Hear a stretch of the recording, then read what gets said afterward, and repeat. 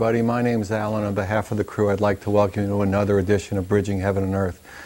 You know, this show was shot in March of 2001, and from what went on this week, it could have been shot anytime, anywhere over the last number of years. In this week alone, or in this 2-week period since we shot our last show live, there have been 2 shootings in schools where people have been killed.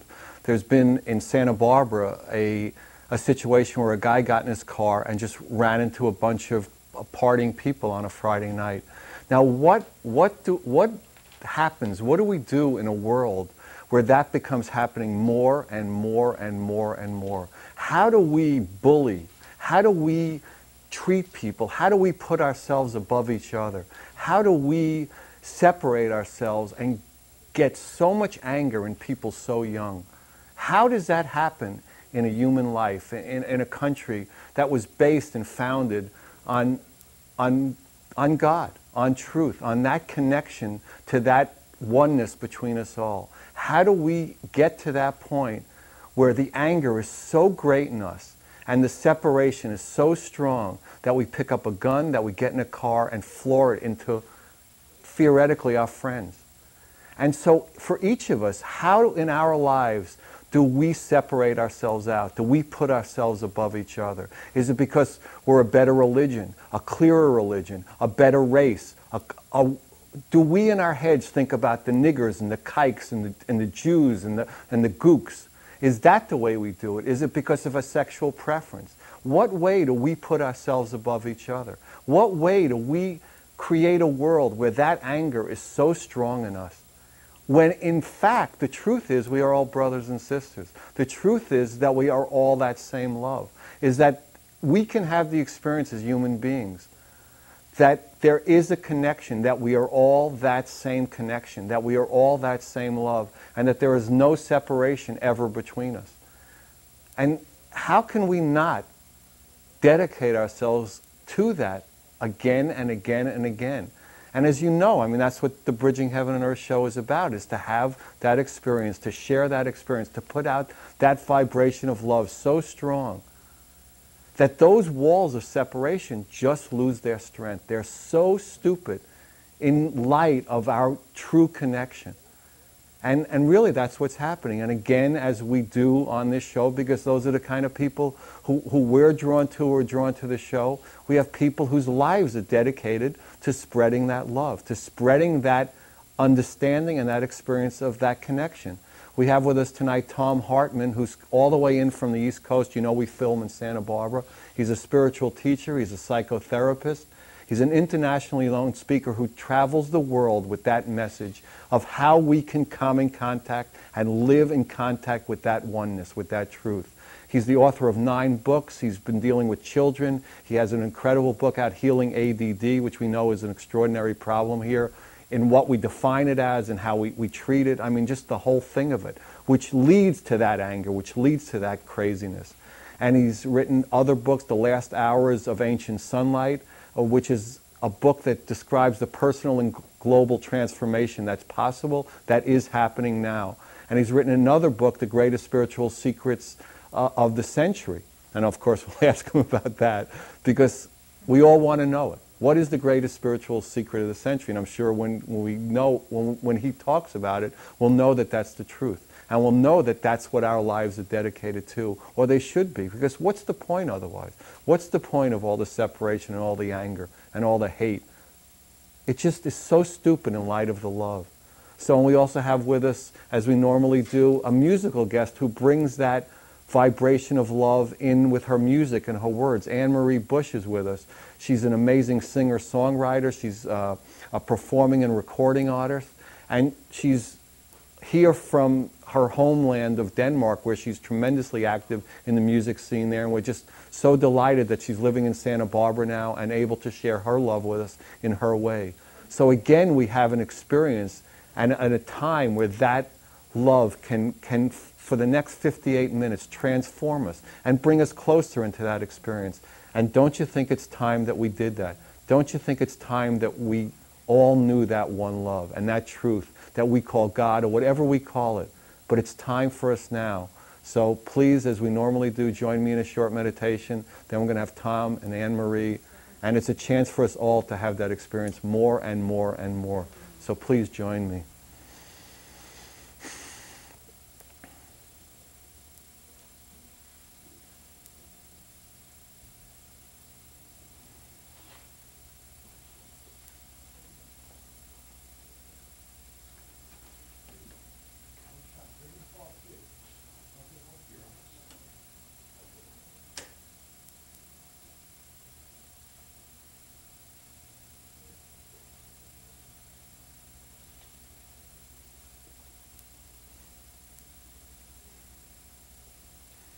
Hi, thank you.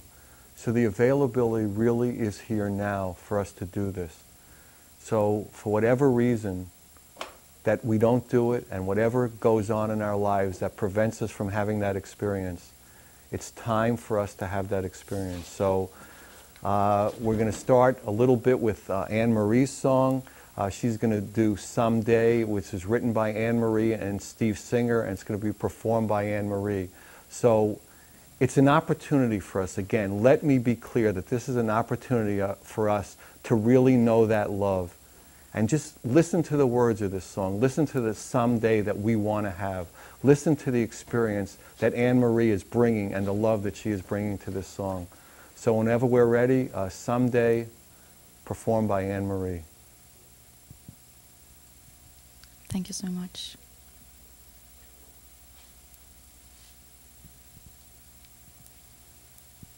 The first song I'm going to sing is called Someday.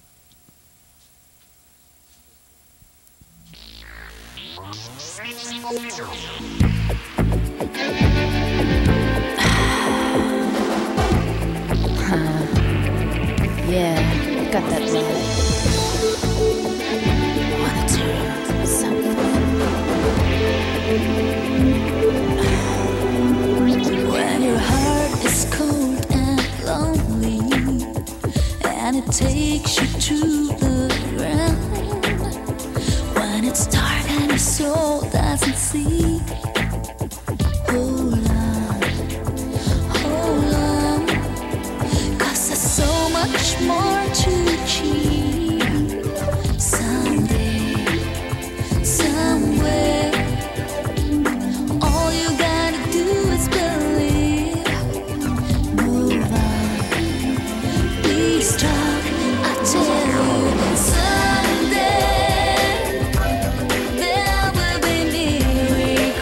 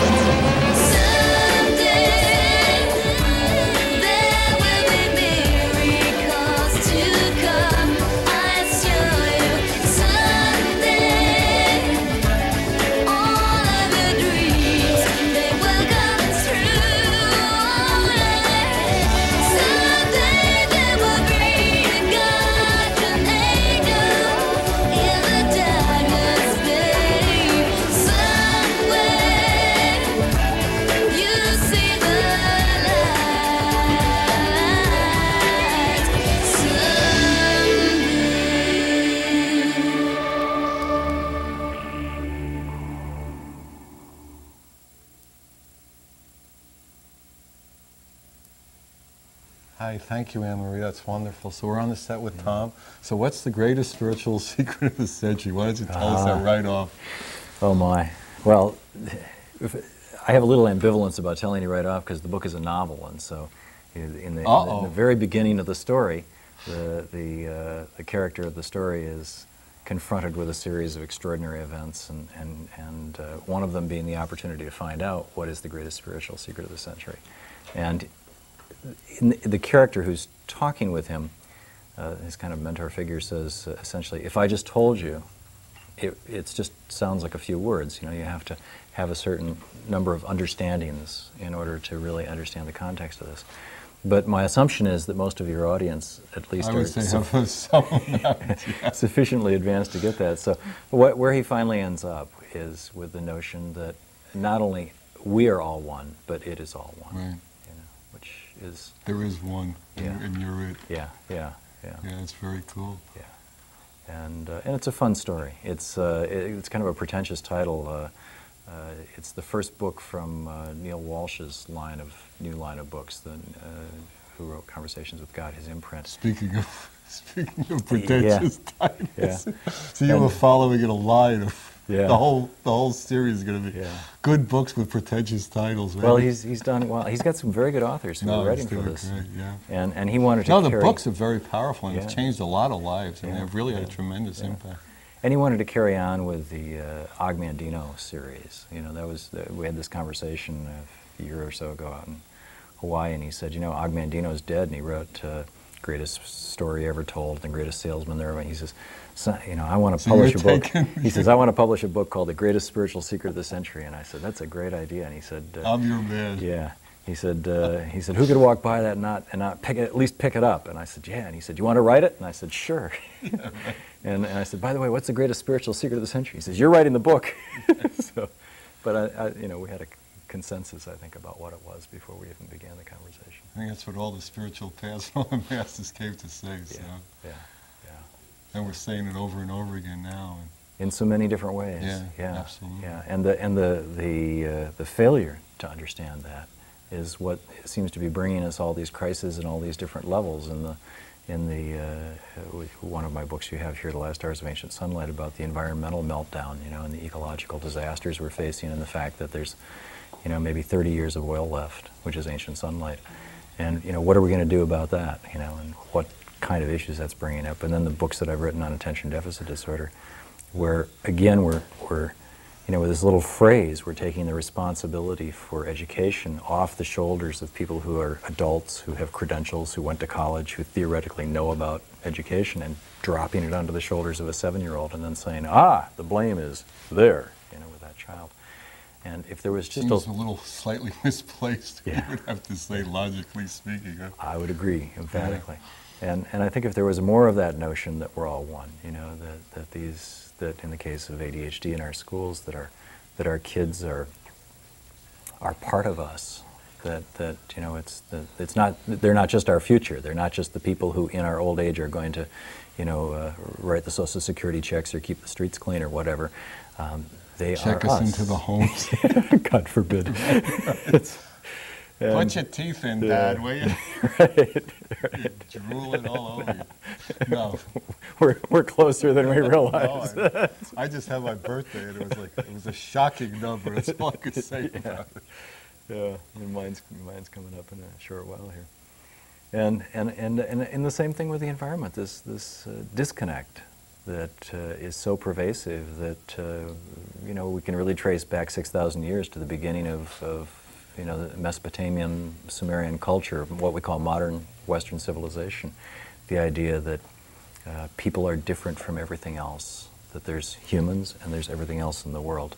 And even in humans, like I was saying at the opening, we divide that up pretty good too.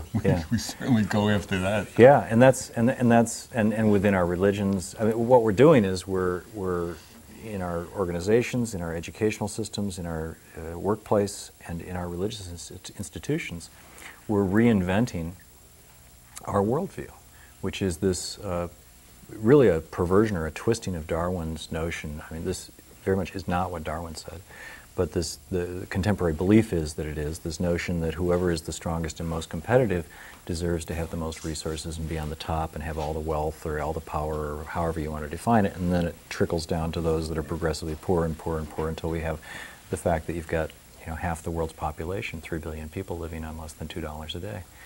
And that's just fine, in this worldview. And when in fact... And you wonder why people get angry somewhere along the line. Yeah. Yeah. No, and we're facing some really serious problems. We're facing some very serious problems, in fact. And I think that they all come from the failure to get, and it's not just understand. No, to experience. To know, absolutely. In your heart and your bones, right. To know that we're all one, that we're all part of one thing, that the bridge between heaven and earth is real. That in fact there isn't even a bridge because it's all one. Right. Yeah, I know. We just use all these metaphor. Words. Right. Yeah, exactly. It's a great metaphor. So we look at some of the situations that we're facing in the world today. That in the 24 hours since this time yesterday, over 50,000 people have died of starvation. Over 100 species have gone extinct. Over 13 million tons of toxic waste have been dumped into the air and water and soil. 200,000 acres of rainforest have gone. What's happening? What's causing this? And when we look one level deeper, we discover that the problem isn't so much our human behavior, although that's driving it, but it's the way that we think. Because the way that we think... And behind that is the way we experience it. We don't feel that the trees or the dolphins or each other are, as we start out, Absolutely are right. ourselves. Absolutely right. And where that's grounded is in our stories. A culture is essentially a collection of stories that we all agree to tell ourselves and pretend are true.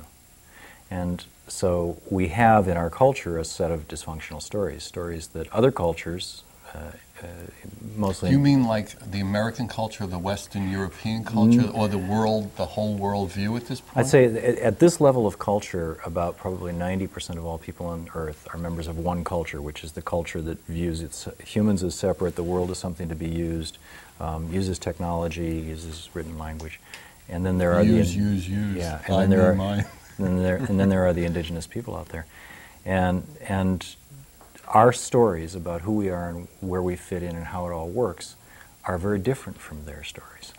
And in education, for example, we touched on that, some of those stories, and that's my books on ADD are really about the stories that we tell ourselves about what it means to be functional in a dysfunctional educational system. Last Hours of Ancient Sunlight, The Prophet's Way, Greatest Secret, those books are more about the real core stories.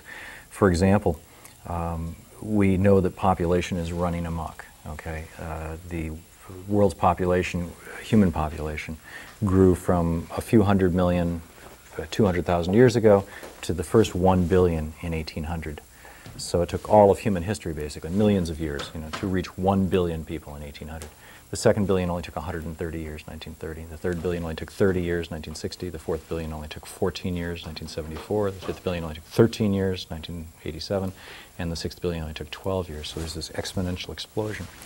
Well, the story we tell ourselves is that this is the human nature. It's the fault of humans, and that this is a predictable problem and all this sort of thing. Yet there are cultures all around the world that for 10,000 years have not had this population explosion, whose populations have been stable. What's the difference? Well, when we look at just this one issue of population, for example, we find that among the technological salvationists in our culture, those people who believe that technology will save us, they say, well, it's a lack of birth control. Well, it's true. It's a terrible problem. There are 700 million people in the world without access to birth control technology. It's a terrible problem. But 700 million people don't produce 6 billion people in 100 years. It's just, so that's not the problem. It's a problem. Then the economic salvationists, basically the kind of GATT, NAFTA, Republican, who say, oh, everything would be wonderful if everybody in the world just had the standard of living of middle-class America, because then we have zero population growth in middle-class America. Yeah, and McDonald's everywhere. Right. If that would happen. Toxic food every quarter. That would a dream come true for us all. Right. Well, the problem with that is that, first of all, if all 6 billion of us on Earth lived the lifestyle of an Appalachian family of 4 at $14,000 a year, the bottom of, the American culture. Right. it would require out of oil. It would like 20 minutes ago. Right. It would require 4 planet Earths to provide the raw materials. So it's simply not possible. It's just so we absolutely can not clone possible. sheep, but we haven't learned Right. how to clone planet Right. Earth. And secondly, if we were, you know, well, it's just simply not possible. So it's not, the economic salvationist notion and the technological salvationist notion doesn't work. So the question becomes then, what is it? You know, what is driving population if it's not these things? Well, we know what causes it. Well, I'll tell you, it's very simple. It's a story. And the story is that, and the story as we play it out in this culture, and did up until relatively recently, and now it's breaking down and fewer people are believing it at the level of behavior, but the story is that God created the world, God's angry with us, and it's all a woman's fault. Basically what happens is that in those cultures where women have relatively equal power with men, even though we haven't fully reached that in our culture, once a certain threshold is passed, population stabilizes in 1 generation.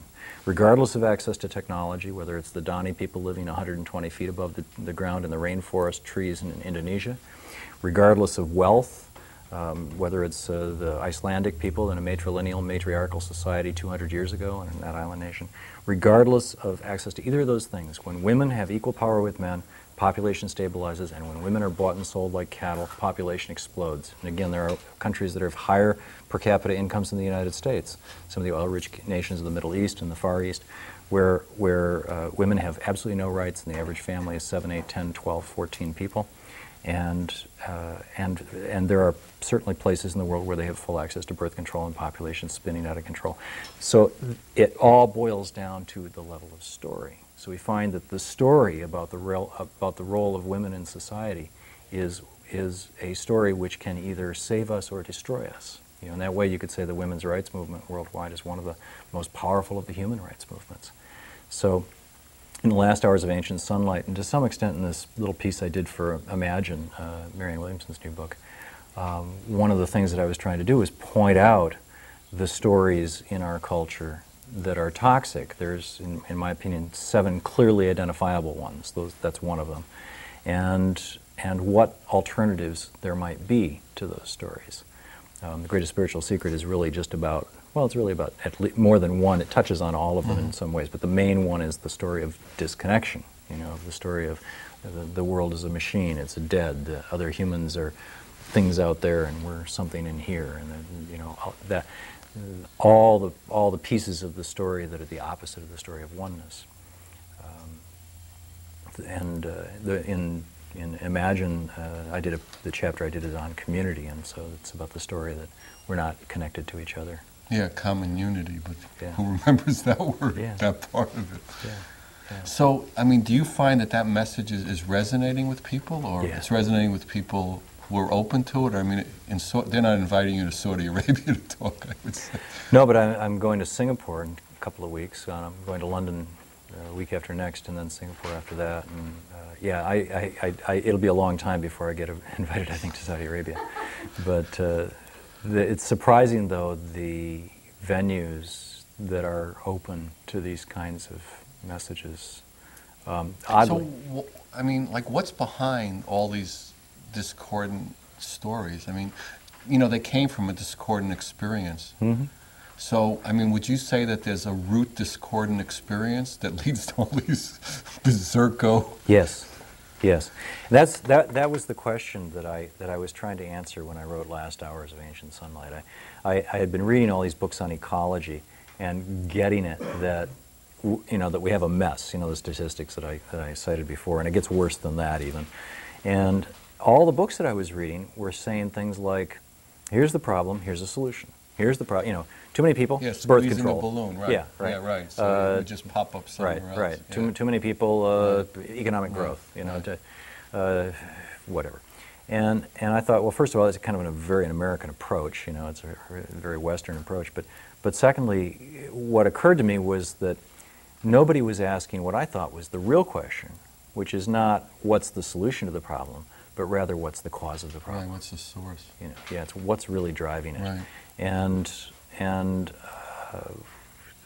as part of the work that I had been doing for years, actually, I wrote a book called The Prophet's Way about this. For the last 25 almost 25 years, I've been doing international relief work with an organization based in Germany, Kinder und Jugendhilfe Salem, and we started a hospital in Uganda during the war with Idi Amin, and a program for slum children in La Paz slums of Bogota. And I've spent a lot of time in the third world, an enormous amount of time in the third world, and a lot of time with indigenous people around the world. And one of the things that I keep finding is that their stories are different than ours. Just a real simple example is one of these are the little things that just in my head. I was doing a education training in Lockhart River, at the Lockhart River School District, way up in North Queensland in Australia. And it's an entirely Aboriginal school in terms of the students and an all-white staff. And they're trying to do traditional European, everybody. Sounds like the modern age example of missionaries. Kind of. Well, it's an extension of that. Yeah, actually. exactly. It really is. Yeah, that worked really well. Yeah, it was really good. That was a really productive period for the indigenous people in the Indies. Well, what's interesting is that even today, I mean, for a long, long time this has been going on, but even today the teachers are just baffled and amazed by the fact that the kids, when they would teach them what we would consider competitive games, soccer, football, things like that. Well, they would play until both teams had the same score. Oh, really? And that's when they figured the game was over. Really? It's like, really? Well, just instinctively they knew that they were all just having fun. Yeah. And which the is balance had to against be us, where, in Little League, fathers will get in fights with the coaches. Oh, and yeah. all that anger and all that craziness. Yeah. So it all goes back to our stories. And where the stories first got broken, in my opinion, was with Gilgamesh, or Gilgamesh, depending on whose pronunciation you're going with. And the father, as it were, of Sumerian culture, the father of Western civilization. And the Epic of Gilgamesh, the story that the oldest written story, 5,000 to 6,000 years old, that tells the story of how this one guy decided that he was going to defy the forest god Humbuba, cut his head off, and thus plunder the cedars of Lebanon and use that wood to build a mighty city, Uruk, which is Uruk and Ur are the cities where Adam and Eve sent their third son to find a wife. So this is a culture that precedes the biblical creation story.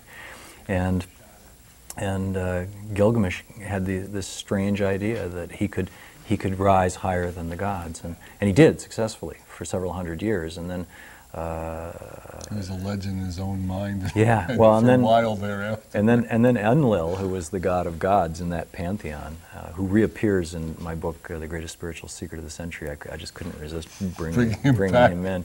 Enlil says, "Okay, enough of this." This is the dumbest. Right, and he wipes them out. And they have a story of kind of a Noah's Ark story that's identical to the Noah's Ark story. But beyond that, the destruction of Ur and Uruk is well known archaeologically, and not just anthropologically, not just by story, but you can find.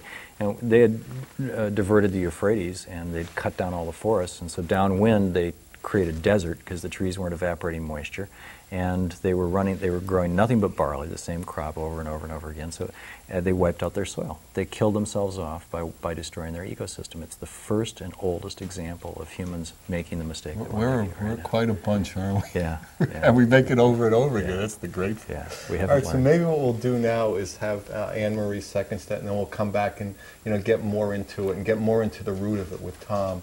So the second set, Anne-Marie's going to do Wings to Fly, and it's written by Anne-Marie and Ray Card, and it's going to be performed by Anne-Marie.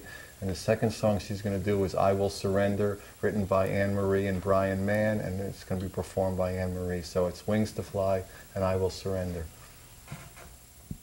Thank you. Both songs I wrote a while ago because I believe we all have this need within, from the depth of our soul, of giving in, of surrendering. Wings to Fly and I Will Surrender.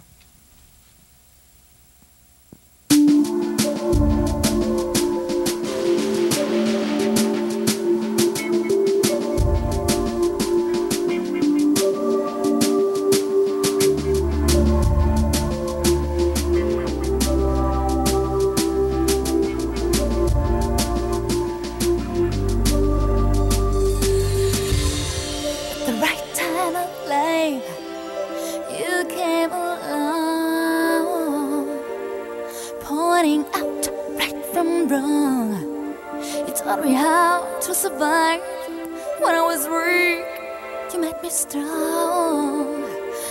Told me to hold on.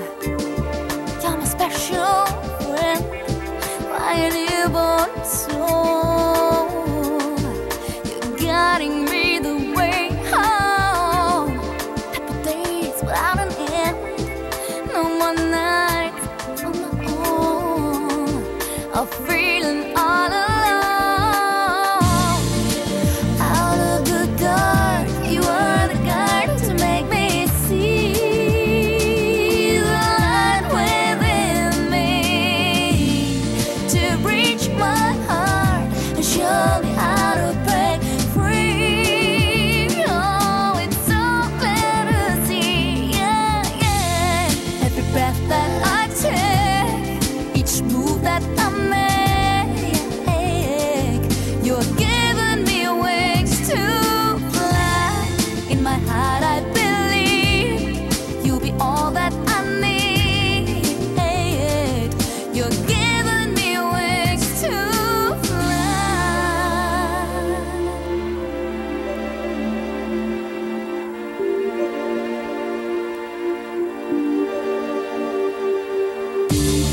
When there's nowhere to go and the road seems unclear, I just call you'll be here. Through the storm and the rain, I know you always ease my head. There's no need to fear, no.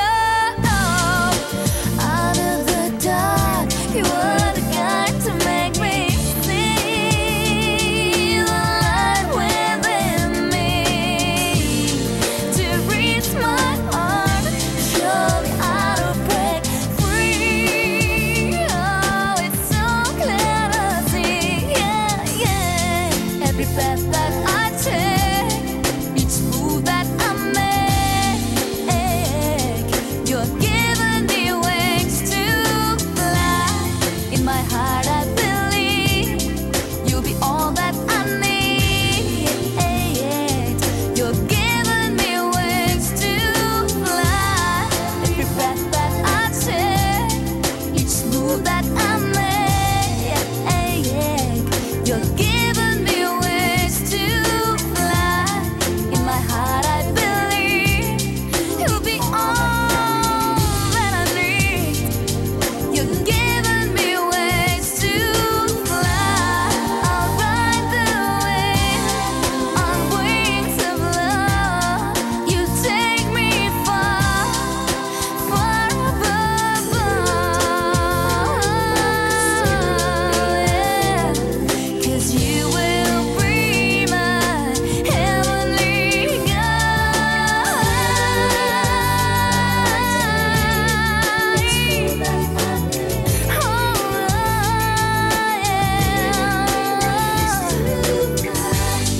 In my heart I believe you'll be all that I need.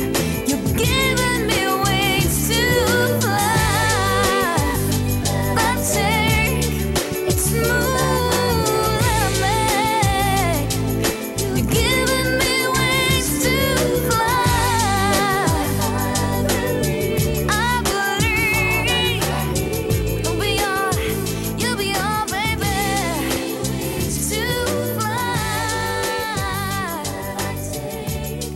It's move that I make. You're giving me wings to fly.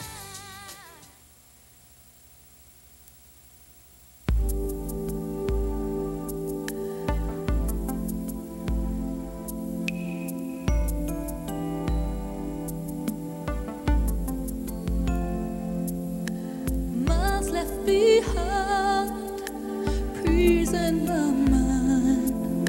Have I found what I'm looking for? Love came my way, but I pushed it away. I was hungry for something more, like leaves in the wind, birds in the sky. I will reach out and fly.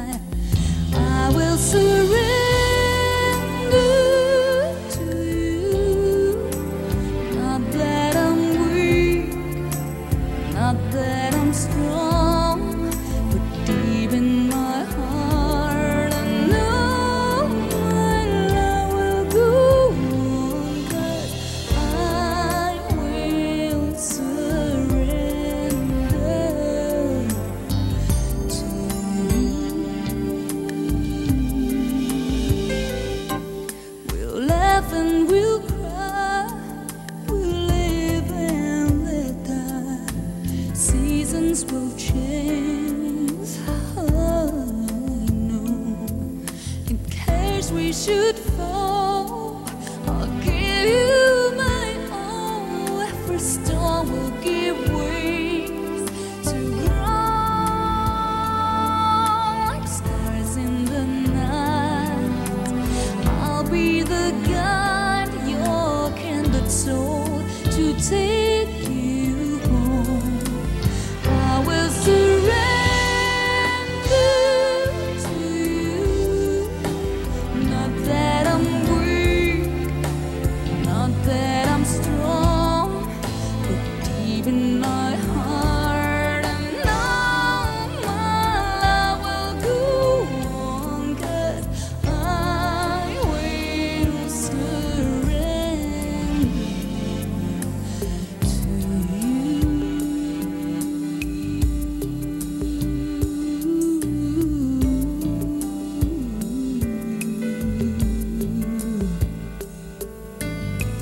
River deep, take me to the ocean.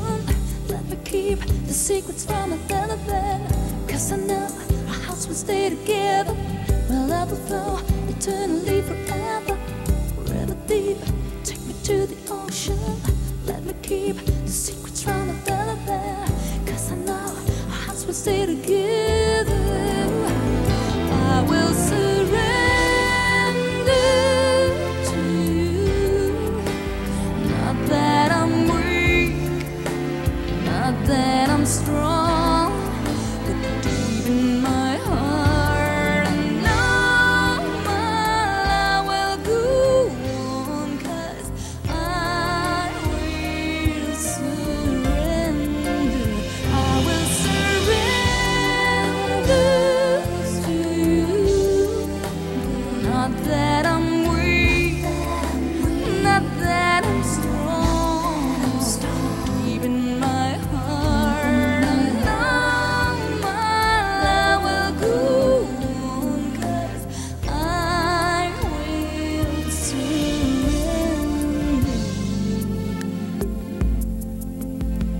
to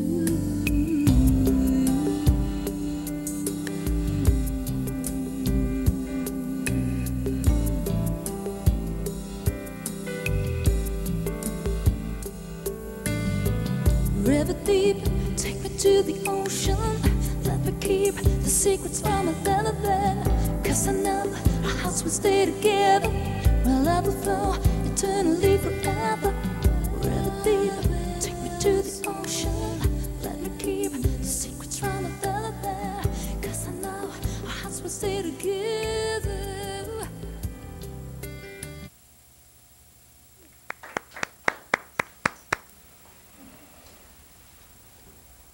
Wow, that was fantastic. Thank you, Anne-Marie. So we're back on the set with Thom. So how is it that we believe all these, like, I mean, if you think about it, each one of these stories is so patently idiotic, really, on the face of it. All this, you know, women are less, you know, colors are less, religion, you know, I mean, just all the... Yeah, one of the biggest challenges, it's interesting, you read the biography of Jonathan Brainerd, who was one of the late 18th century missionaries, early 19th century missionaries in the United States, missionaries to the Indians, you know, and he used to write back about his frustration. He said, you know, that these ignorant savages couldn't be convinced that they were sinners, you know, that they were born with God hating them and angry at them. And, isn't that beautiful? Yeah, it was. He was just like, really how can I convince them of this, you know? I mean, it's not much different now. I know. I mean, that's the, you know. Actually, the tragic thing is there's an organization called New Tribes Mission that sends out a magazine and has a website, and their #1 mission is to convert every last indigenous group in the world to Christianity. And then there's then they'll work on the Jews. Well, and there's Islamic analogs as well. They're working their way up. Yeah, yeah. I think they started on the Jews a long time ago. Yeah, well, they started on the indigenous people a long time ago too. This is the story of an evangelical culture, and the it's interesting to me because I mean, like we were just talking, earlier. I mean, we've done 115 shows. We had over 200 and some, I guess. That it's amazing to me that we can still believe all that stuff. I mean, after all the teachers and all the masters who came, and you get Jesus who came, and in Jesus' name, all the holy wars. I mean, love thy brother as thyself. I mean, I think that's pretty straightforward. Yeah. He didn't say love your Christian brother, love your black brother, love your white brother, love your gay brother. He didn't break it down. Yeah. And yet in that name, and in the name of, over in the Middle East now, in the name of, the Koran or, Muhammad and it's just, isn't it, it's shocking to me week after week to see this stuff. It's certainly saddening. When you take it all the way back, what you find is that somebody locked up the food. I mean, that's where it started. That's the kind of the bottom line. One of the most articulate spokespeople for this is Dan Quinn.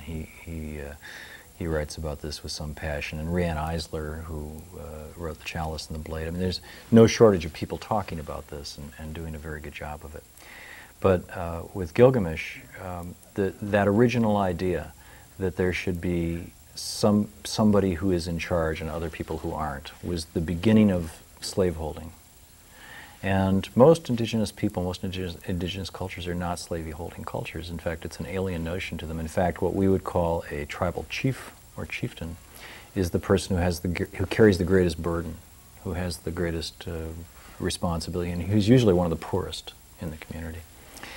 And so, somewhere along the line, somebody said, well, if I lock up the food and stand here with a weapon and tell people that they've got to do what I say in order to get it, then I can reinvent society. And it appears that happened first in places where food supplies were cyclical. It's interesting, among the North American natives, there were a couple of tribes near Vancouver Island who were slaveholders when they were first encountered by the Europeans. About 15% of their populations were slaves. And none of the Native American tribes around them were. The question was, what was the difference? Well, these two tribes lived off the salmon and other fish that ran 2 to 4 times a year through the rivers in that area. And so they had these... Those with storage. Exactly. Facilities. They had periodic explosions of food, and somebody along the way said, hey, there's this whole room full of food. If I put a lock on the door and tell people they got to do what I say, I can be in charge. And I remember when I first read that, it was some years ago when I was doing this research for Last Hours, and I remember when I was a little kid, I was raised Methodist, and I remember being in church one day and hearing the Sermon on the Mount, and Jesus said, and don't store up food into barns. And I'm going, what? What does that have to do with anything? You don't store up food into barns, you starve. Why would he say something dumb like that? And boom, that was the beginning. That was the beginning. Don't store up food into barns is one of the most important values of hunting-gathering people. It's an anti-slavery value, it's an anti-kingdom value, and it's an anti-hierarchical... Anti-separation. Yeah. It's a we are all one value, oddly enough. And so our stories got changed, and they got changed for what sociologically, or dispassionately, if we separate morality from it, it seems like at one time anyway, was a very useful idea or useful reason. If you wanted to create a culture that would produce as much human flesh as possible as rapidly as possible, we have successfully done that. In 1987, we outnumbered rats as the most numerous mammalian species on Earth. In 1995, we outnumbered termites as the largest. Is that so? Really? Yeah, the largest single Really? species mass of I thought there were more rats in New York than all the people and all the termites. No, there's 6 billion humans Christ, on Earth. there we go again. Another thing busted. Yeah, it's quite incredible, really, when you think about, what is 6 billion people? And then what's racing through them, those 6 billion people. I was in India last year, and 1/3 of the country, over 340 million people, are infected with tuberculosis. It's the fastest spreading, most deadly disease in the world now. Over 1 billion people have tuberculosis. That's 4 times the number of people who were alive when Jesus was around. It's the population of the world, the entire world in 1800. And so, you know, so you think a radical shift is really needed? I mean, yeah. you know, we can't, Yeah. we don't have time to. Yeah, absolutely. And so, if you could, you know, maybe we have like 10 or 15 minutes left. Yeah. If you could, you know, outline, you know, for Sure. over the years, the millions of people are going to watch it, Yeah. sooner or later. What are the shifts? What are the shifts? Yeah. What would you suggest? Yeah. You know, go Well, get them. Yeah. We have to change our stories. And what you find, first of all, to go from the macro to the micro, what you find, first of all, is that true changing of institutional and cultural stories never happens from the top down. It comes from within. It always and comes out, from the right. bottom up. Right. You know, And from within out. Rosa Parks was one woman sitting on a bus. You know, Martin Luther King had 3 friends when he started out. Gandhi had 4 guys with him when he started out. Jesus had, you know, 1 or 2, and it built up to 12. I mean, it always starts from the bottom up, and it always starts with a small number of people. So the question The results is, of all these people were a little bit. yeah, well, They didn't end up well. Rosa Well, Parks made it. The only one who yeah, made it Rosa, to all else. yeah. I know. Nonetheless, It's when you take on, when you take on the world. Susan B. it's- Anthony, you know, in Yeah. the 1920s with women's suffrage. I mean, it always starts from the bottom up. So if we are going to see change, we have to, you know, the responsibility is yours and mine, and the people who are watching and listening today. And don't ever underestimate the power of one person to make change. To wake Well, up. 1 people. and 1 is 11, and 1 and 1 and 1. You know, I mean that. Right. It's exponential. Right. You know, they came to Buddha and they said, you know, are you a god? And he said no. And they said, are you an angel? And he said no. And they said, are you a saint? And he said no. And they said, well, what are you? And he said, I'm awake. You know?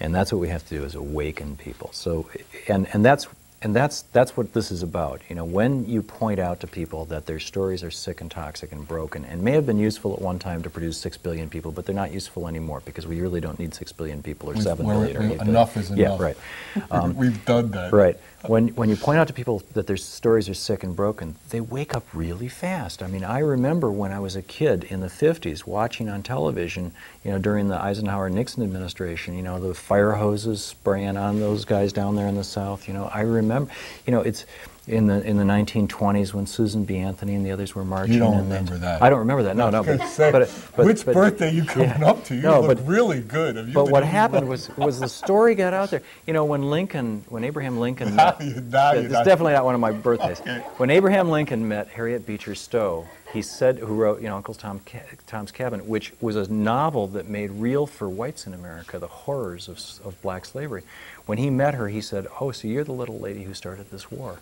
I mean, it's like when we are confronted with toxic stories being acted out, they break down really, really So rapidly. you're saying that any way the light can be shown on the darkness. Right. So then we have to define what the stories are that are toxic. The first one we've already talked about, you know, that women should be the property of men, basically, and as a toxic story. And the healthy alternative is that women and men are all humans and we're all in this together. Okay.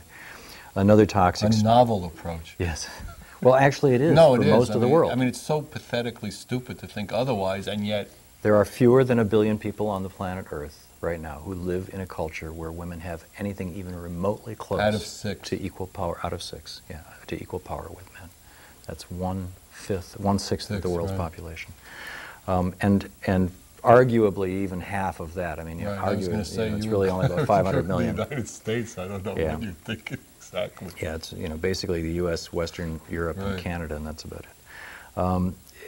Another toxic story. The story that we're separate from nature and that we aren't subject to the laws of nature. That we can do whatever we want, and if we screw it up, we'll fix it. It's Right. all just a machine. If we just pull the right levers, we'll get it right someday, somehow. And you'd think we would have learned by now, you know, with DDT and everything. You'd think we would have learned, but no, we're, you know, doing all this stuff, and so breaking down that story is, another important one. Another important one, I think, this is one of my favorite. We won't have time for all of them, but which is just as well, because then Right. people will read books and things. Right. But one of the most important ones is the idea that balance and harmony are the way that society should be structured, instead of sin and punishment. In our culture, when people act out things, see, we have a creation story which is unique among tribal people. Most tribal people's creation stories have people being born or created or dropped as an egg out of the sky or whatever, you know, all these different ways, as being as fully perfect as everything else. and perfectly in balance with everything else. And when people get out of balance, when things go wrong, it's because somebody got out of balance. And the purpose of the community is to bring them back into balance. I remember one time, a number of years ago, I was sitting around with a group of Apache men, and we had one of them was a friend of mine, and I had been there for a puberty ceremony for his daughter and all this stuff. And anyway, we had done this long sweat, and we were out in the desert in the middle of the night, sitting around cooling off, and about 6 guys sitting around in a circle just doing guy talk, right? And they're making fun, making jokes about the Hopi who live up the road, you know, who've been traditional antagonists with both of the Navajo and the Apache. And I didn't know any Hopi to make any jokes about at the time, and so I did what, you know, kind of sitcom America does. You know, you turn on a TV and you see this within 5 minutes. I made a joke about a guy around the circle, you know, the guy sitting opposite me around the fire. You know, kind of a put-down joke. Immediately there was just this stunned silence. And I thought, oh no, you know, what did I do? There I did. White men make bad mistakes. Right, right. They're going to send me over to Hopi's naked. This is going to be a long walk tonight. Yeah. And after, you know, 2 or 3, you know, worried minutes, finally the oldest man in the group, who was just sitting to my left, kind of stirs himself and he says, you know, I remember when I was young and stupid, and I said something that really embarrassed and humiliated a friend of mine right in front of him and all of our friends. And then he goes on to tell the story of what he did to make it right. And then the guy next to him says, you know, I remember when I was in school and I did something like that. I said, and he tells his story. And then the guy who I insulted tells his story. And the guy next to him tells his story. And the next guy tells his story. And by the time it gets around to me, I'm really clear about what I have to do to make it straight with this guy, which I do. And so in other words, you can make fun of the Hopis, but you just can't make fun of anybody around the circle. We'll get to that. That's actually another story. And I think I've seen those gatherings. Yeah. They're all kinds like that. And I got it that nobody, even by body language or tone of voice, was implying that I had sinned. This wasn't about somebody sinned, let's quick call the police. No, he and throw didn't him in jail. understand the culture. Is that more it? Right. Well, no, it was that I had thrown things out of balance. Right. And so the job of the culture is not to punish me. The job of the culture is to bring me back into balance. See, you know, there's something about that I know. You know, I mean, like we like the indigenous people. I mean, but they have cultures that, you know, are fighting with the Hopis. Yeah. I mean, they're nutbags too. I mean, I've known a lot of Indians in my day. They could use a little education themselves. I mean, you know what I mean? It's like The Godfather. You know, you don't mess with the family, but you kill everybody else. You know, that's another beautiful, you know. Yeah. So I mean, you know, it just got to go deeper in all of us. Yes. You know what I mean? I mean, all of us. Well, that's where informing those stories about we're all one is so useful. But another one of the important notions is the importance of community and difference, the importance of tribe. What you find is that tribe can be played out in one of 2 ways. It can be, hey, you and I are part of a tribe, and they're all different, and that's a healthy way. Or it can be you and I are part of a tribe, and they're all inferior. And that's a very different story. Even different. I mean, we are all the same at one level. So it's like, oh, you different because you're in, I don't know, my brown or green and I'm in gray. Now, if we take it there, then there's always going to be a difference. Yeah. You know what I mean? It's like the differences are so shallow compared to the truth. And that's what we got to get. You know what? Actually, we're out of time. Yeah. We should come back and do another show because I think you got about 3 or 4 more to do. Here, you know? So, okay, so again, you know, we're coming to the end. If you want any information, Alan, 805-687-2053. We love you for coming. Just open your hearts. It's time we did that. We can do it. Good night. God bless you.